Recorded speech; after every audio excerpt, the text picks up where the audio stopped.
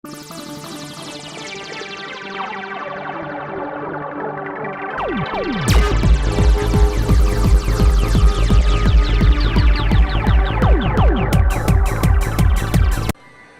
up guys, iPod Maniac here, and today I have a review for you on probably the most expensive app I have ever seen. This one is $18 and it's called Chaos Rings 2.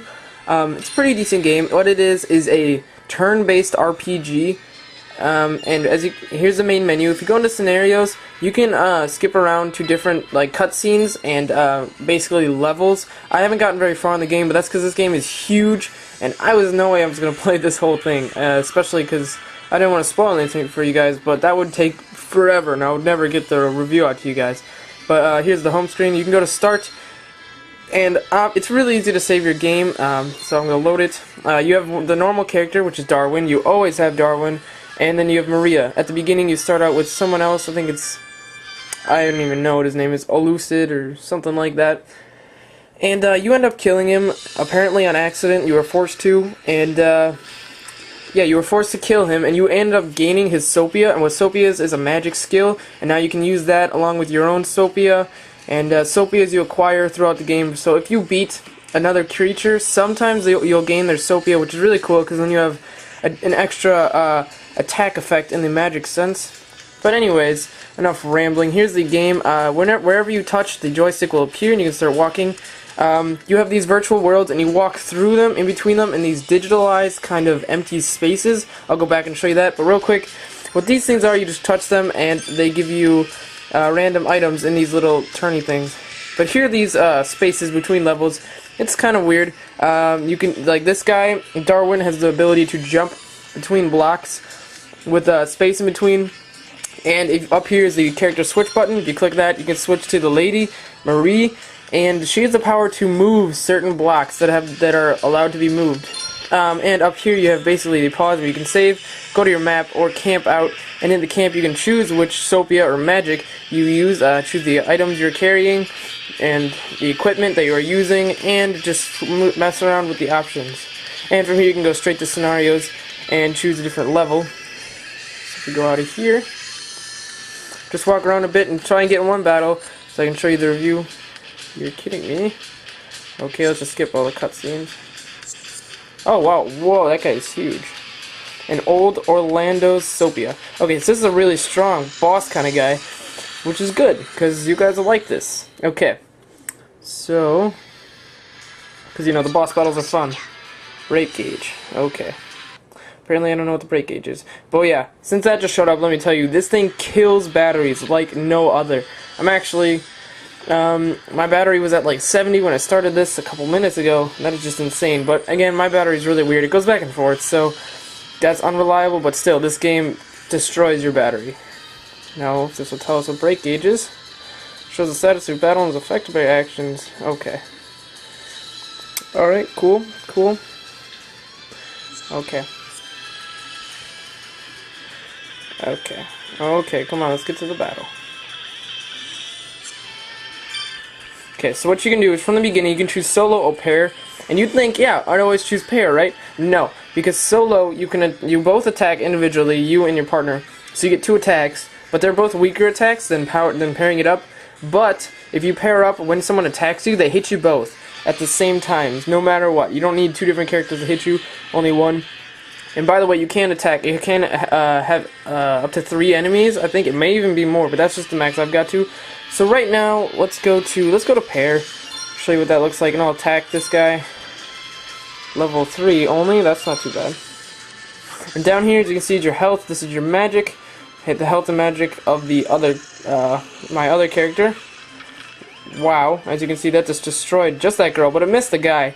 But usually, it will hit them both. Let's go to solo. Use some Sophia, and what happens up here? Actually, before I get to that. Every time you battle, this thing charges up, and once it gets to a full bar, you have 1 level of awake power. And each power move, once that's full to 1, there will be an attack a button here called awake you can use, and those are really powerful weapons, or not weapons, attacks. And you can get either level 1, 2, or 3 awake moves. Obviously, the higher the level, the stronger it is. And after you use it, you spend that awake points. Now if we go to Sophia, these are the magics, and what you do is you use the magic down here, which can be regained after beating a certain amount of characters. You'll gain a certain set amount of points. It doesn't refill fully after every time, but there's also your health, which does refill after every game, which is really awesome, because then you don't have to use health. Although, you do have items such as chocolate bars, which heal you 500 points after the end of each, or which heal you 500 points during a battle, which is very useful, obviously. So as you can attack. And there's also a defend option, which I find it kind of useless, because it's just a waste of one of your moves. Okay, so here he goes, and as you can see, because I used a solo, he could only attack one of my characters rather than two. We could escape, but this is a boss guy, so I can't run away. That's only for random occurrences between the characters. Now I'm just going to regular attack, because this guy's almost dead. Hopefully, we can finish him off. Let's see what we got. So as you can see, it's turn-based. It shows you the amount of health it takes away. There was a critical hit. Don't get that much. And he's healing himself, which sucks. But that's okay. We'll just double attack him.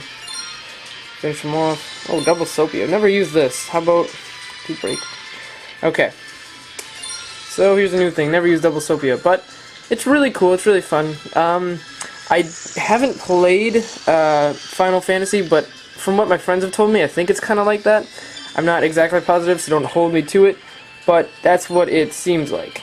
Okay, now as you see, I have an Awake because it's charged up all the way, and a little more so.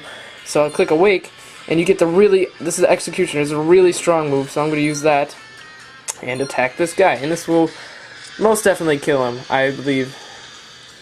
Watch this. By the way, as you can see, the graphics are really cool. They're very nice. The 3D world... Oh, it's healing himself again. That's not cool. The 3D environment is very, very good. As you saw in the world, it's not bad. It's got good. The controls are easy too, obviously, because you're just turn-based, so you don't have to do all these crazy moves and stuff. Wow, that was really strong. Oh my god, he's just healing himself continuously. Hopefully, I can finish him off right here. Let's try another Soapia and get this over with. Okay. Okay. So hopefully this will finish it. But yes, this is a great game. It is $18, like I said earlier, which is insane. But I'll leave that up to you whether you want to pay that much for this game. Personally, I probably would not. But let's see, turn break. If you fill the break gauge completely, you'll be able to trigger a turn break. Trigger turn break increases damage from the attack you carry out. Alright, cool. I'll just use it right now. Let's find out where the turn break is.